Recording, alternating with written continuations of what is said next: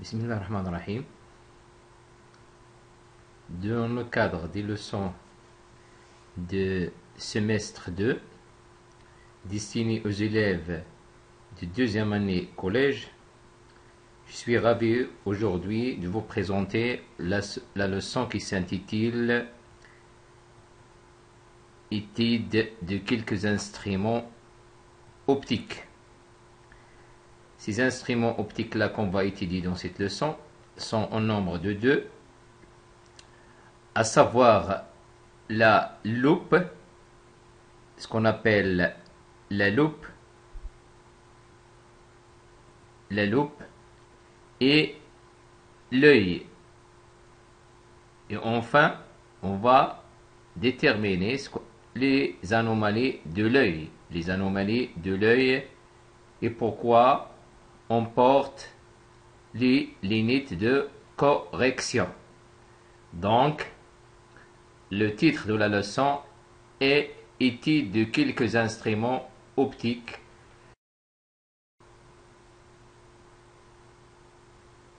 On va d'abord voir les objectifs de la leçon. Les objectifs de la leçon qui sont connaître le principe de la loupe, réaliser la construction géométrique de l'image donnée par une loupe, déterminer les caractéristiques de l'image donnée par une loupe, connaître le modèle réduit de l'œil et connaître les défauts de l'œil, à savoir les deux défauts, la myopie et l'hypermétropie, et comment les corriger. Donc tous ces objectifs-là, on va les étudier pendant le traitement de la leçon. Donc commençons par l'étude du premier instrument qui est la loupe.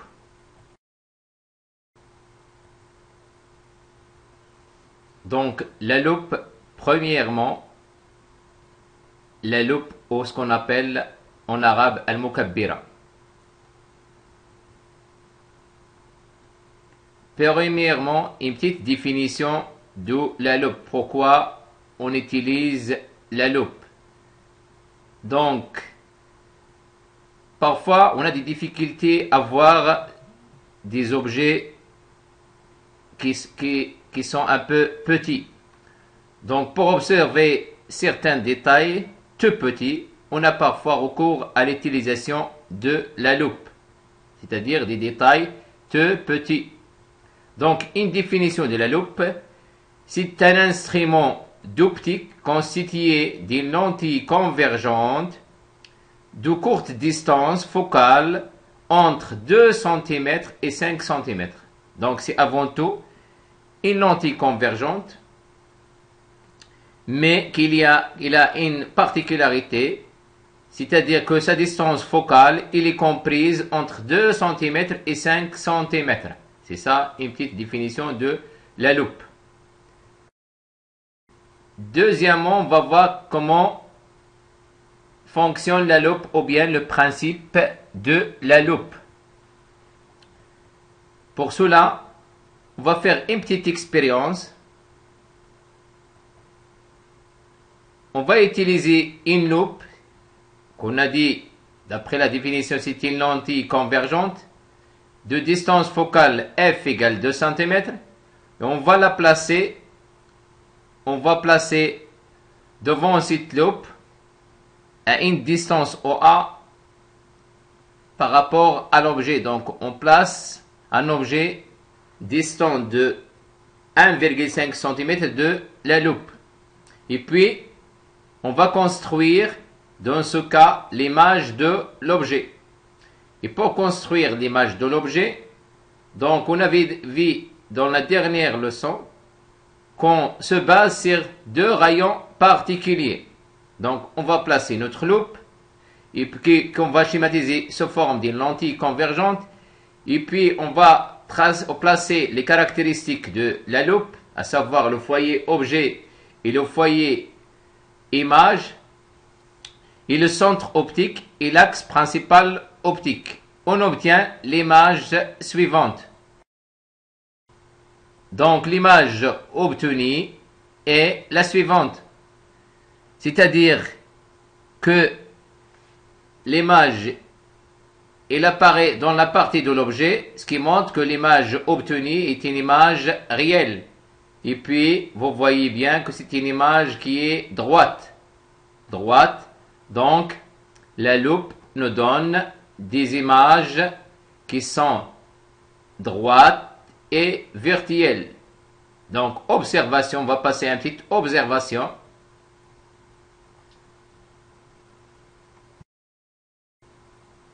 Observation.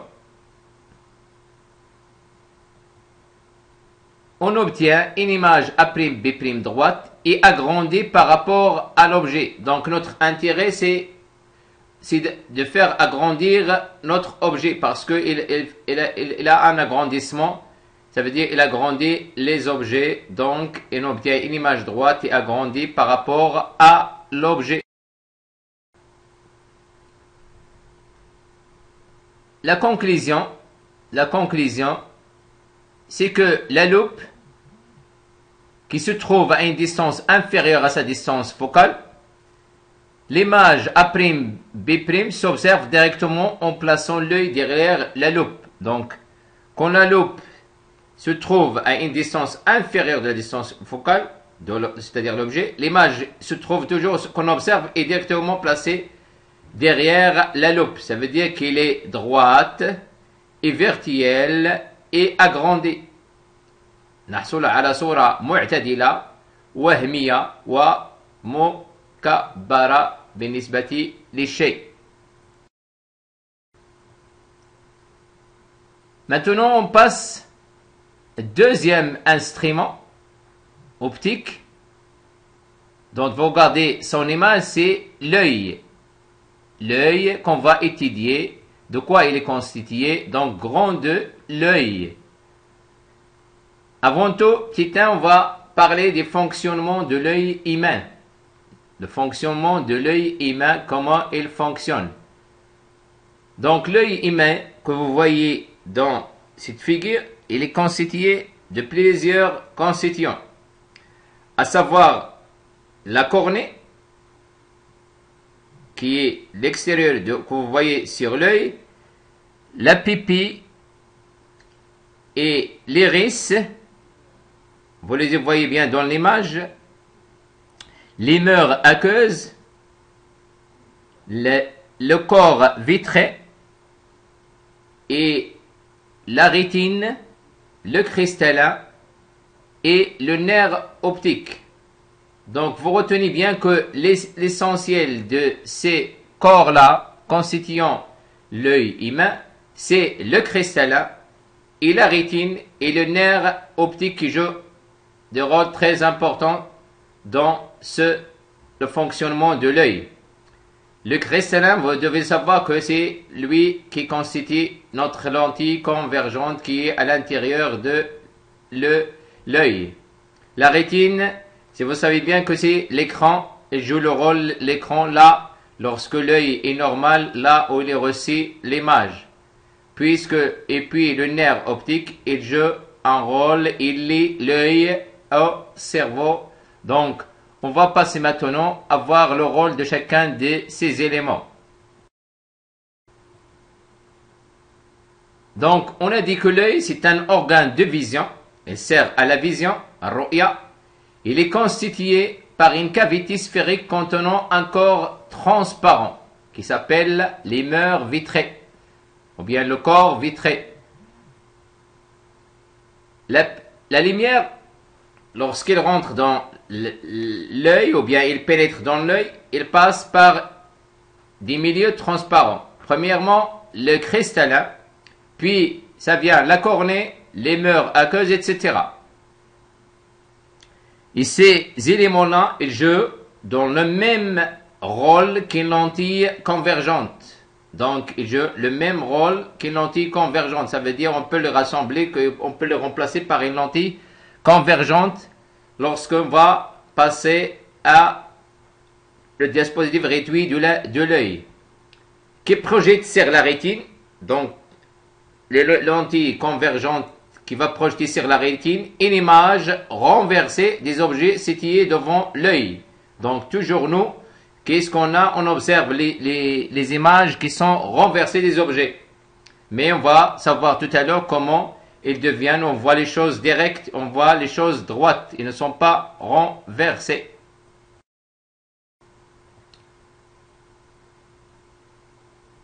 Donc pour le rôle des éléments constituant l'œil, on va parler d'abord de la rétine.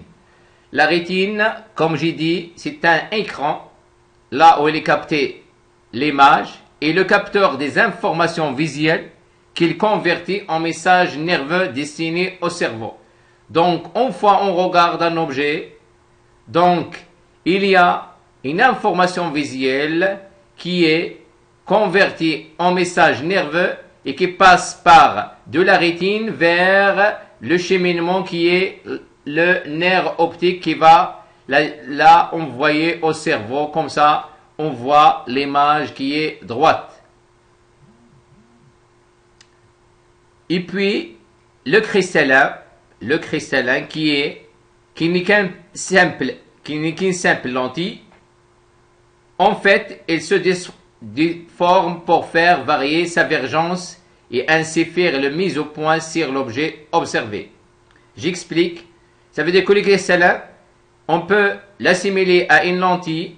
On a dit bien que c'est une lentille convergente, mais on sait que la lentille convergente, elle a quoi? Elle a sa divergence.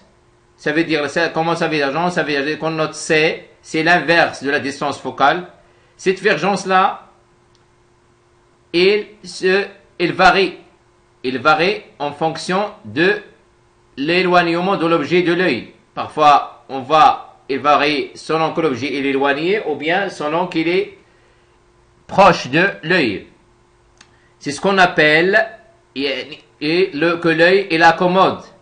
Donc, faire la mise au point sur l'objet observé. Ça veut dire l'œil, à chaque fois qu'il voit un objet, il faut commencer d'abord à faire la mise au point de l'objet observé.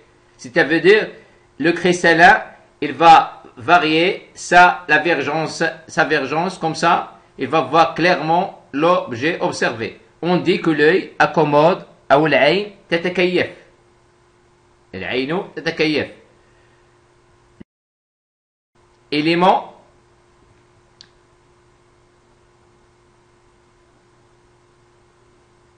ou bien deuxièmement, on va procéder au modèle réduit de l'œil, le modèle réduit de l'œil. C'est-à-dire, nous, on ne va pas tracer à chaque fois l'œil avec tous ces éléments, ou bien on ne va pas dessiner, mais on procède, on modélise par un modèle réduit de l'œil, comme ceci. Ça veut dire, c'est l'œil, on a mis juste quoi, les éléments qui sont essentiels, à savoir le cristallin.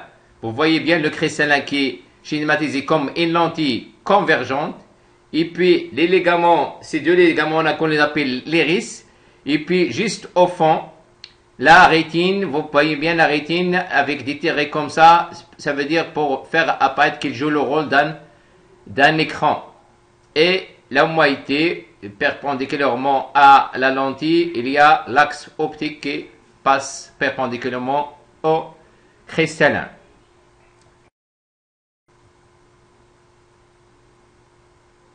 Donc, maintenant, troisièmement, vous savez que l'œil, parfois, il souffre des défauts ou bien des maladies. Donc, quels sont ces défauts de l'œil-là? On ne va pas les citer tous ensemble, mais on va citer uniquement deux. Et comment procéder à leur correction? Comment procéder à leur correction? Et pour ceci, on va d'abord voir l'œil normal. L'œil normal, c'est-à-dire un individu qui a ses yeux qui sont un peu normaux, ça veut dire il voit clairement les choses, que ce soit les choses lointaines ou bien les choses qui sont proches de l'œil. L'œil normal, tout d'abord, observons comment se forme une image au sein d'un œil normal. appelé scientifiquement œil hémétrope. Ça veut dire l'œil hémétrope, c'est un œil normal qui voit clairement les objets, qu'ils soient éloignés ou bien proches. Pour ceci, on va essayer de voir avec un œil un objet qui est ici modélisé par une bougie. Vous voyez bien que la bougie, les rayons lumineux proviennent de la bougie et traversent les corps transparents de l'œil et arrivent à l'écran de l'œil qui est la rétine, mais vous voyez bien que l'image de l'objet, de notre objet qui est la bougie, elle est renversée. Mais nous, lorsqu'on voit la bougie, mais elle n'est pas renversée, on la voit droite. C'est-à-dire ce qu'on a expliqué tout à l'heure, que le système nerveux joue le rôle là-dessus. Parce qu'une fois l'information est arrivée sur la rétine, il est envoyé à travers le nerf optique vers le cerveau qui donne ses commandes pour voir l'objet tout droit. Donc l'image de la bougie se forme à l'envers, mais le cerveau la remet dans le bon sens automatiquement. Donc grâce à la liaison qu'il y a entre la rétine et le cerveau à travers le nerf optique.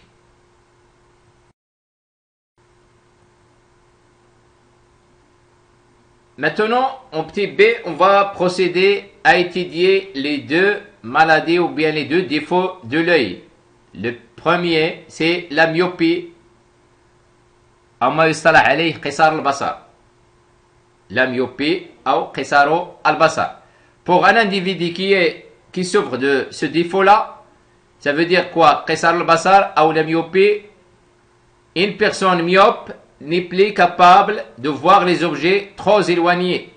Ça veut dire qisaru al-basar, basaruhu qasir. Donc, les objets éloignés ne peuvent pas les voir clairement, car ses yeux sont trop convergents. Ses yeux sont trop convergents, ça veut dire les rayons, une fois qu'ils traversent la lentille converge, et la convergence elle est très forte par rapport à cet œil. Et l'image se forma avant la rétine. Donc l'image, on la trouvera en avant de la rétine parce qu'il y a une grande divergence de cristallin. Donc, comment on va corriger ce défaut-là? Et pour corriger ce défaut, donc on va faire diminuer la vergence de la lentille à travers le port des lentilles divergentes. Donc pour corriger ce défaut, il faut utiliser une lentille divergente, comme montrent les figures suivantes. Ici vous voyez bien que ce sont deux yeux des mêmes individus qui souffrent de la maladie de la myopie ou bien du défaut de la myopie. À droite, vous voyez bien que l'image, elle se transforme et se forme en avant de la rétine. Donc c'est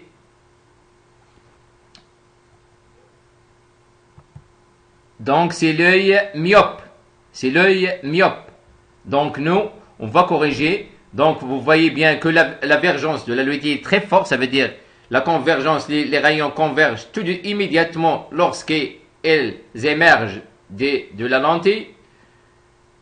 Donc ceci se corrige par quoi? Par l'apport des lunettes qui portent des lentilles divergentes. Ça veut dire faire diminuer la vergence de la lentille. Donc la myopie se corrige par l'apport de les lunettes qui sont divergentes.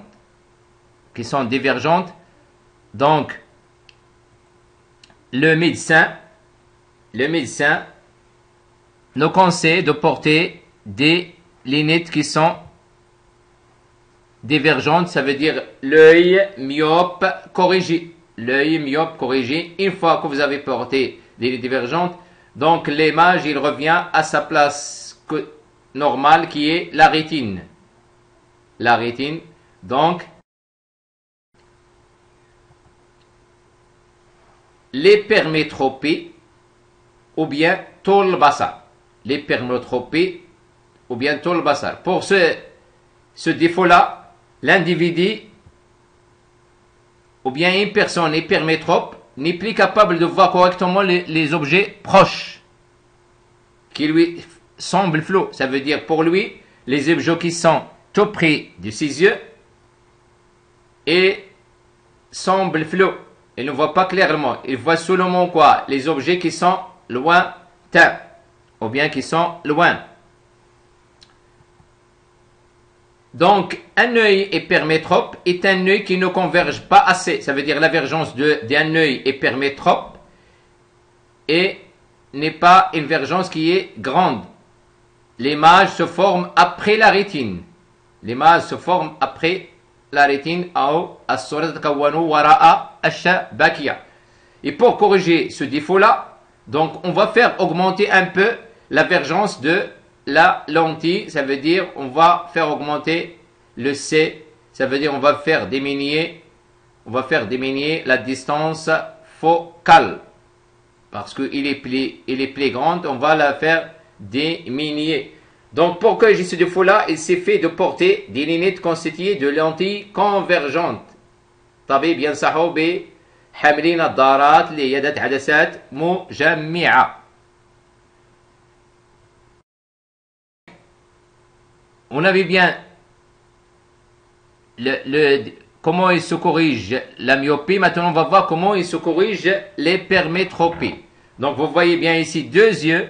À droite, toujours l'œil qui souffre de l'hypermétropie. Vous regardez bien l'image, il se transforme en arrière de la lentille. Ça veut dire un œil hypermétrope. La lentille, l'image se transforme en arrière de la rétine. Et pour la corriger, vous voyez bien qu'on a mis devant l'œil une lentille convergente pour faire augmenter la vergence de la lentille. Ça veut dire que l'œil maintenant, œil hypermétrope, il est corrigé. Il est corrigé. Comme ça, on arrive à un point final de notre leçon. Je vous remercie de votre attention et fin de la vidéo et à bientôt dans une nouvelle leçon. Merci.